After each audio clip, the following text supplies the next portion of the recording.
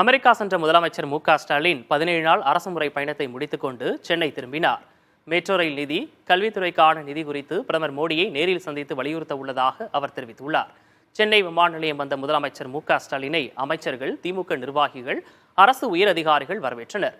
விமான நிலையத்திற்கு வெளியே வழிநெடுகிலும் திரண்டிருந்த திமுக தொண்டர்கள் முதலமைச்சர் மு.க.ஸ்டாலினுக்கு உற்சாக வரவேற்பு அளித்தனர்.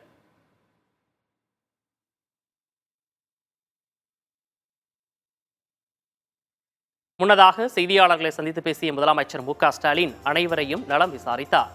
அமெரிக்க பயணம் வெற்றிகரமானதாகவும் சாதனை பயணமாகவும் அமைந்ததாக கூறினார். உலகின் புகழ்பெற்ற 25 நிறுவனங்களுடன் சந்திப்பு நடத்தியதாகவும் பல நிறுவனங்கள் தமிழ்நாட்டிற்கு வர விருப்பம் தெரிவித்துள்ளதாகவும் அவர் கூறினார். சான் பிரான்சிஸ்கோவில் 8 நிறுவனங்கள், சிகாகோவில் 11 நிறுவனங்கள் என மொத்தம் 19 புரிந்துணர்வு ஒப்பந்தங்கள் கையெழுத்தாகியுள்ளதாகவும் 7,618 கோடி ரூபாய் முதலீடுகள் தமிழ்நாட்டுக்கு வந்துள்ளதாகவும் முதலமைச்சர் மு.க.ஸ்டாலின் தெரிவித்தார்.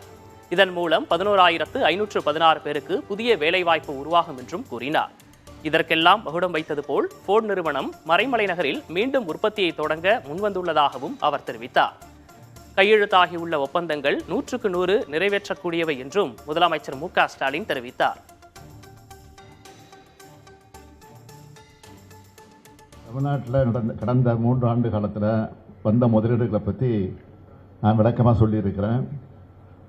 அது மட்டும் இல்லாமல் தொழில்துறை அமைச்சர் அவர்களும் அது குறித்து புள்ளி விவரங்களோடு விளக்கியிருக்கிறாரு. சட்டமன்றத்தில் தெளிவாக அவர் சொல்லியிருக்கிறாரு. அதை குறிப்பாக எதிர்க்கட்சி தலைவர் மட்டும் இல்லை, எதிர்க்கட்சி தலைவராக இருக்கக்கூடிய எடப்பாடி பழனிசாமி அவர்கள் படித்து பார்த்து தெரிஞ்சுக்கிட்டு சொல்லணும். அவர் முதலமைச்சர் எடப்பாடி பழனிசாமி முதலமைச்சர் இருந்தப்போ முதலீடுகளை இருக்க வெளிநாடு போனதாக சொன்னாங்க.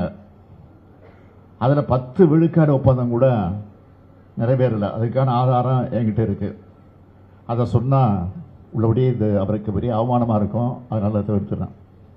நிச்சயமாக உறுதியாக மற்ற விஷயத்தை பொறுத்த வரைக்கும் பள்ளி கல்வித்துறையில் நிதிக்கு புதிய கல்விகளை ஏற்றுக்கொள்வது குறித்து தொடர்பாக ஏற்கனவே சம்பந்தப்பட்ட அமைச்சர்களும் அதிகாரிகளும் இப்போ சந்திச்சிருந்திருக்கிறாங்க. இது குறித்து பிரதமரிடத்தில் நான் உடனடியாக நேரம் கேட்டு நானும் அது குறித்து வலியுறுத்தி இருக்கிறேன் என்பதை உறுதியோடு தெரிவிச்சுக்கிறேன்.